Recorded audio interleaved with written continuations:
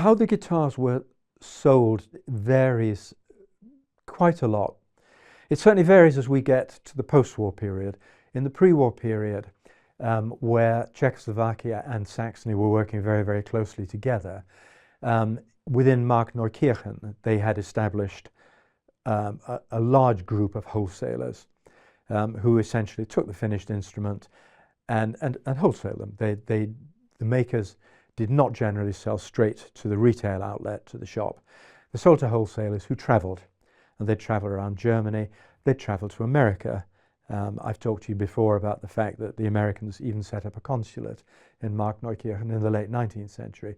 And certainly by into the 1930s, the Hofner Company employed a traveling salesman in the USA who would come back once a year with the orders to head office. They would take the orders, they would build the instruments and ship them out over the course of the following year. Within Czechoslovakia, they had built up a really strong export trade, very much to England and to the United States. What happened after the war was, of course, all of those networks were destroyed and had to be rebuilt. And the East Germans and the West Germans took very different paths. Within West Germany, they quickly built back up to the traditional wholesaling and retailing patterns, and as communications improved, by the time you got into the 1950s, the West German makers had their names on the guitars. They were marketing them as well as you could in the 50s. They were selling them through wholesalers. They were selling them directly to stores. And quite a lot of our West German collection have stores' names on the headstocks. And collectors who don't know much about them will often think, oh, I've got a Jurgensen guitar. Well, actually, it's not. Jurgensen was a shop in Dusseldorf who tended to put its names on the guitars. In East Germany, you had communism. You had the drive to centralize production, supply, sales, employment. However, communism didn't happen quickly. People tend to think the Russians came in, Russian occupied zone, you're behind the Iron Curtain. The Iron Curtain was not actually physically there until about 1960, 61. Berlin Wall did not go up until then. What you had was a gradually increasing protection of the borders. But in the immediate post-war period, that border was more a concept than a fact. And people could travel very, very freely backwards and forwards across the border. Between 1945 and 1953, I'll get the number wrong, but something like 3.5 million Germans just wandered across and established themselves in West Germany.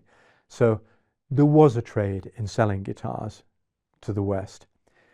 It was illegal to sell it for the Western currency, but the Western currency was a lot more valuable. You were in a period after the war where a lot of trade was barter or it was black market, so people wanted to get their hands on foreign currency.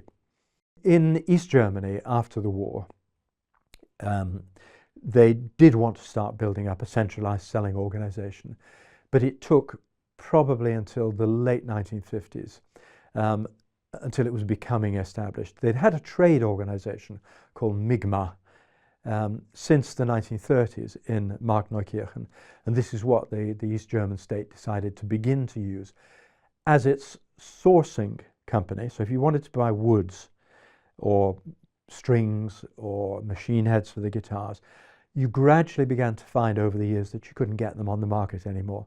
You had to start buying them through MIGMA, and certainly by the beginning of the 1960s, you were not able to buy them anywhere other than through MIGMA.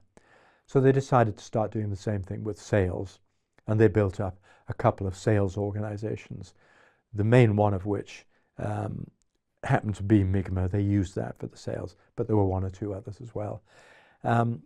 However, they didn't kill off completely the independent wholesalers that had been in East Germany before the war. And so you do still find, 15 or 20 names of those original wholesalers being used in East Germany right through into the 1960s. So I think even the Russians knew there was a bit of value in marketing and in a well-known name.